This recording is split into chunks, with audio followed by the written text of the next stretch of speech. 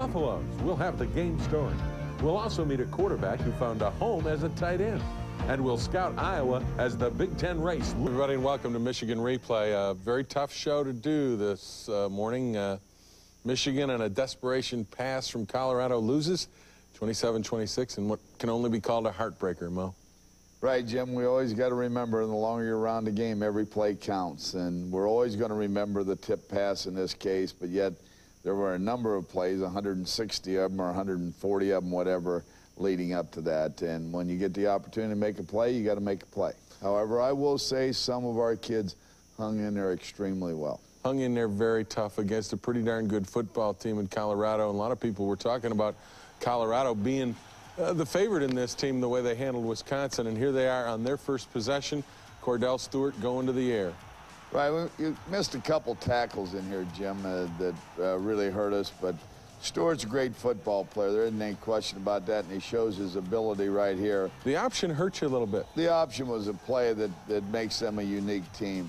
And then for a period of time, we got it shut down and did some good things. But early, they got that play, and they got it down in there tight, and it was a big play and a couple key drives. In fact, the second to the last touchdown leading in was a big option play. This is their first possession of the game, and they get in with Salam going over from 2 yards out.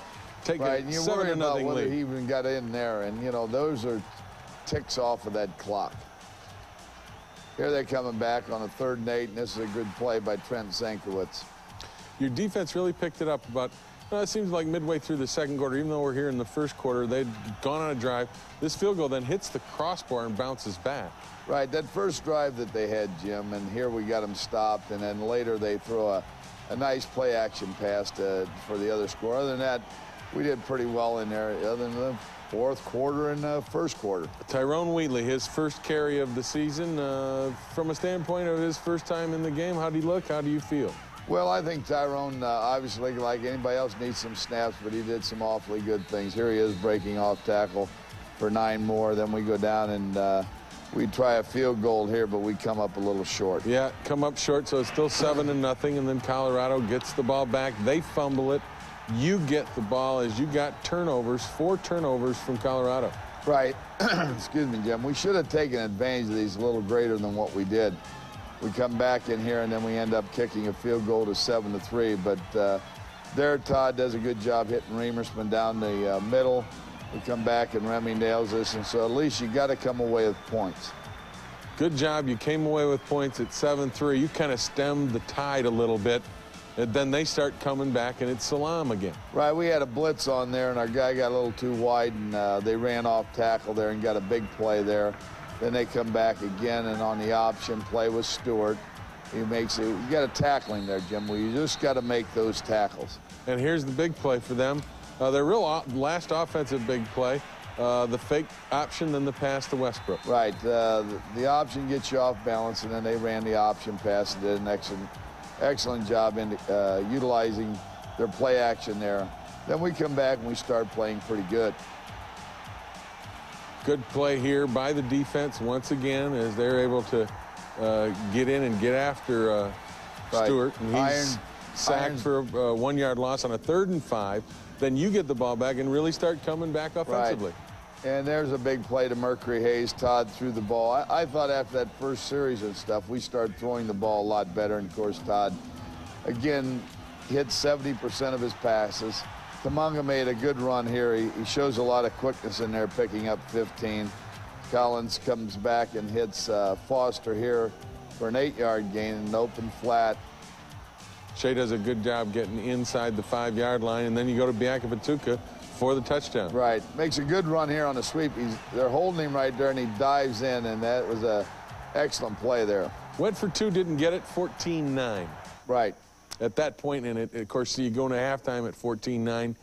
What are your feelings on that? You know, the 2-point conversion, the 14-9 score at half. Well, when you're 5 down, you might as well try to get it down to 3 because obviously then there's only a field goal difference.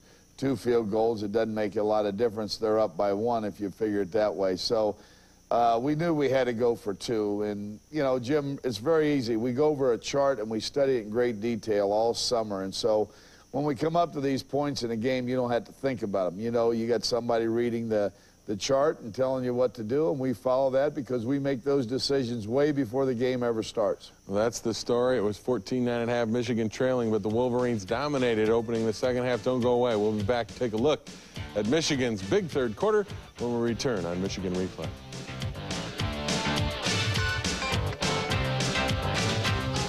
Was trailing 14-9 as the Wolverines go to the second half. And Mo, the key, the possessions in the second half, you stop Colorado, and then your first possession, you go down and score. Right, and that was a big one, you know. And Jim, when we put back-to-back points on the board, which is very big before they were able to score, we basically had control of the game. Here, Todd does a good job finding Jay Reamersmith down the middle for about 24 yards. We come back here with a little bit of motion. Come in here, Todd steps up, and there's Mercury Hayes, finds him over the middle for another 20 yards. So we're moving the ball quite well, and then we give it to Wheatley on a 5-yard run for the touchdown. This is a little more like Wheatley from the power standpoint, and that he ran through a couple people. Good for you to see that. Exactly. No question about that, and we need to have him get in there and get banged around a little bit, and it helps. Go for 2 points again here. Now, this is a good play. You get the 2 points. Explain the strategy. Well, again, you know, it all depends on how many you're up and how many you're down. And here Mercury Hayes makes a great catch. Todd finding him in the corner and then puts us back up, so we're even as far as points, extra points are concerned. 17-14, you take the lead first time in the game. Now you come back, kick it off. Great play by one of your freshmen, and you get a turnover. Right. Great job getting down there by a number of people, and you get the ball loose, and we get it. And this is, you know, we end up getting a field goal here, which we'd like to have, obviously, the score.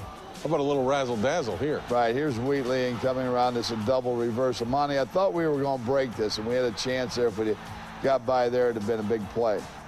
But you can't get in from that point, so you have to settle for a field goal. I thought that was a big part of the game right there. Right, we had a pass that could have been complete and just came off the fingertips of Jay Reamersmith there. But, again, we get some points, and that's the key thing. 20-14 now, and then you come back with the football. Bianca Batuka starts running.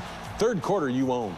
Right. We did a good job in the third quarter, and then we come back, and Collins throws a beautiful pass to Amani Toomer. And they're playing up sometimes, start throwing the crossing, or getting the crossing game, and Amani gets behind him, and he's good at that. And that's a 65-yard touchdown pass. This time you try the 2 points, don't get it. It's still 26-14. Colorado comes back, and you get a great play by Kerwin Waldrop on a reverse that they tried, and your guy stayed home. Exactly, and you get a -9 there. That's a big play, and that ends that drive. And that's defense stepping up. 3rd and 5 play, and you again, Todd Collins, nice pass. Gives a good shot to Mercury Hayes here, and I thought Mercury leveled off good, staying in bounds and driving for some extra yardage. And then here we come back later, and Mercury again comes around the left end on kind of a flanker around type play, which we get good yardage from that. You got to mix it up on this team because they're very aggressive up front. 3rd and 12 play, you get a big play from Collins to Toomer again. Good job by Todd here, sitting in the pocket, throwing, hitting Amani, and we get a great play there. Maybe the most disappointing thing is what happens next. Right, we're trying to move the ball down, conserve a little bit of the clock. There, seems like they got an early jump there, but we end up and give the ball to Foster inside. We fumble the ball on the Colorado 12-yard line, and that really hurt when you look at the number of points we could have had if we'd hit the three-pointer there. Right, you'd have had the three-pointer, which is big. Now, they come back, and this is the start of, you know, their drive coming back to make some things happen. 3rd and 20. This is the biggest play of the drive. Right. Stewart hit Westbrook there. Then we come out, and they throw one down after we lose contain there, and they had a big play, and they gobble up a lot of yardage there. There's a fumble in the end zone. One referee ruled him down. The other referee ruled that it was a touchback. You get the ball. Big break for you. Well, there's no question about that. And when you look at that, of course, you know, you say, well, you get a break, but it also part of the game where, you know, you're going to play it a little bit differently. Here, Jim, a couple of times we could have just kept them in bounds. The clock is so important here. Once we run out of bounds and then they get the job done by picking up yardage, they continue to go out of bounds, so the clock keeps running. Right, and the clock, they only took 1.5 minutes on this drive, and that was the big key. Here's the option to Salam. He goes in, and at that point, it's 26-21, but there's still you know, a little more than 2 minutes left in the game, but you get the extra point. Now the final play, 6 seconds left. They got 65 yards to go. This is it. Yeah, he scrambles around here good, which gives our receivers a time to get into place. We actually jumped up there, thought we had the ball knocked down, and it bounced off of one of their players. It was kind of a ricochet play. Did one up in the air, and they made the catch. And as I said before, every play counts.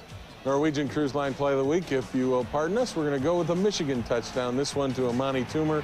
That was certainly the big play for the University of Michigan, gave them a big lead. That is our Norwegian Cruise Line play of the week, but the play of the game was the final play, and it leaves you a point behind Colorado. Heartbreaking loss, but you said, you know, we can't quit. This team has got to hold its head up. We're just starting our real run at the Big Ten right now. Right, and it is disappointing because it puts you in a little different position as far as national rankings and things, and that's why, Jim, you still have to concentrate on the Big Ten. We're very disappointed we lost that game. We got to research and know exactly why and the other mistakes we made. The obvious one shows up to everybody. But there were other times in that game that some way we could have conserved 6 seconds or 20 seconds, and that game should have been over prior to that. But at the same time, when those situations occur at the end, you have to make the play there as well. So everybody has to shoulder what happened in that game, and we got to go back to work, and we got to get ready for Iowa and a very difficult Big Ten schedule. Very difficult Big Ten schedule indeed. The Wolverines have to take on Iowa. That's next, then Michigan State, then Penn State, and then Wisconsin. It goes on and on. It isn't a whole lot of fun looking ahead, but the Wolverines will be ready despite that loss yesterday to the Colorado Buffaloes. Don't go away. We'll be back and meet a quarterback who now calls himself a tight end. That's next when Michigan Replay continues. Coach's Corner. I'm Paul Crane. Once again, the new USA Today CNN Coaches Poll looks different than it did a week ago, and we'll be showing you how much in just